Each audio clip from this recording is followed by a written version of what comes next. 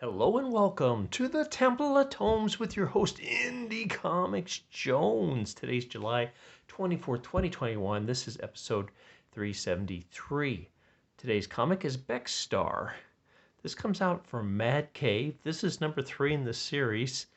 And the cover here, we've got, I believe it's, well, this is Becstar. She's the main character with her lucky dagger. It's one of the artifacts that they have recovered. And I believe this guy's name's Osgar. Osgar's got this device. It actually comes out of his wrist more than his hand. Like this is like the RoboCop one. Um, but still, and this scene doesn't exactly happen like this. It's more of just a regular fight scene.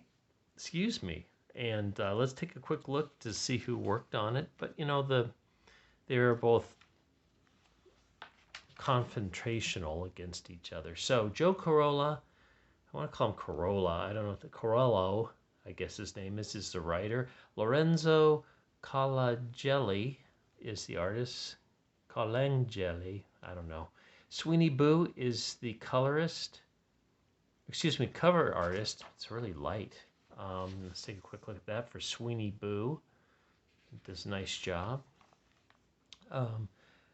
Joe Met Gill is the letterer, and Chris Fernandez is the editor. The interior design, book design is Miguel Angel Zapata.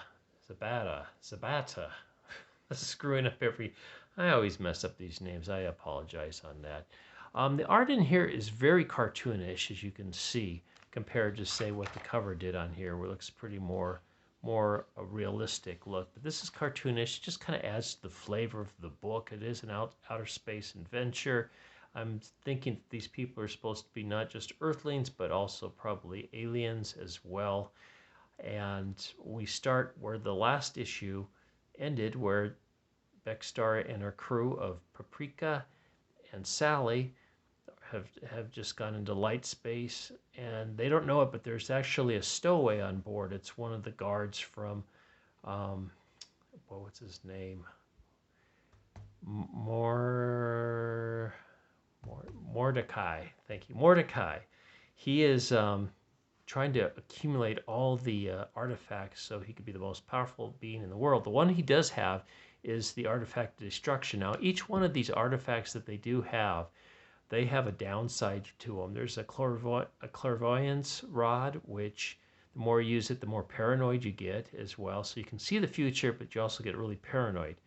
I'm not sure what the lucky dagger, what the drawback on that is. But that's what Becstar has.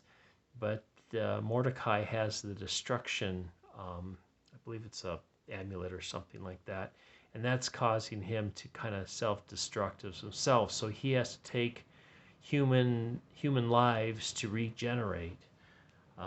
As far as I can tell, that's what's going on. So they end this second issue. They escaped a planet. They've got the stowaway on board. They come out of hyperspace right into an asteroid field. So the ship is getting bounced around, which knocks the stowaway around. And then they notice him for the first time. He's dropped his gun. But before he can kind of recover and shoot, Becstar's got her weapon, and she takes him out right through the head there.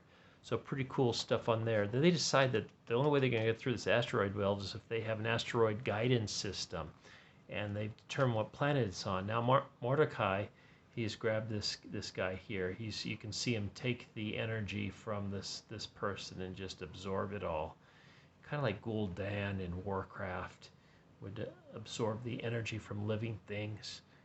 And then we get the flashback to where we first see the original gang with Mordecai and Becstar and Anasis. I think her name is Anasis.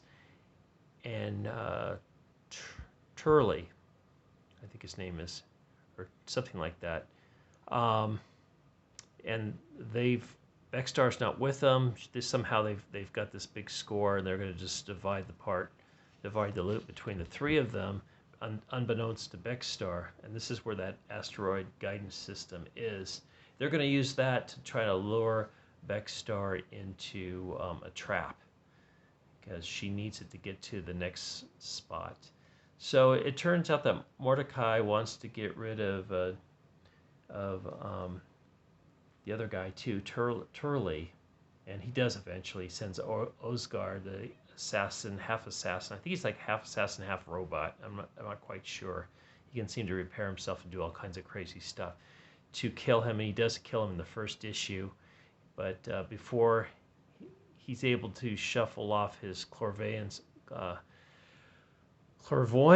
rod to Paprika before he dies and get her out safely.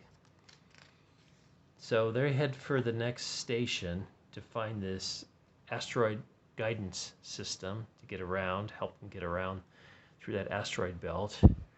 And they go into this building, and unbeknownst to them is Osgard knows they're going to be there, and so they immediately have this little attack.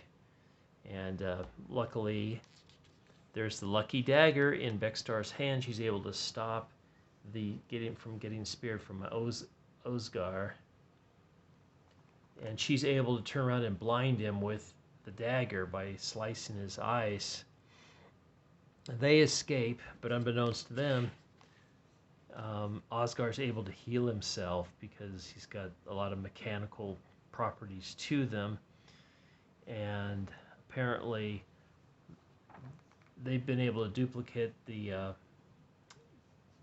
asteroid guidance system as well. So they get out only to find that there's soldiers around waiting for them. But Becstar's got her lucky dagger. She grabs the hands of the other two, so they'll be lucky as well. They commandeer a vehicle, and Sally's able to blow the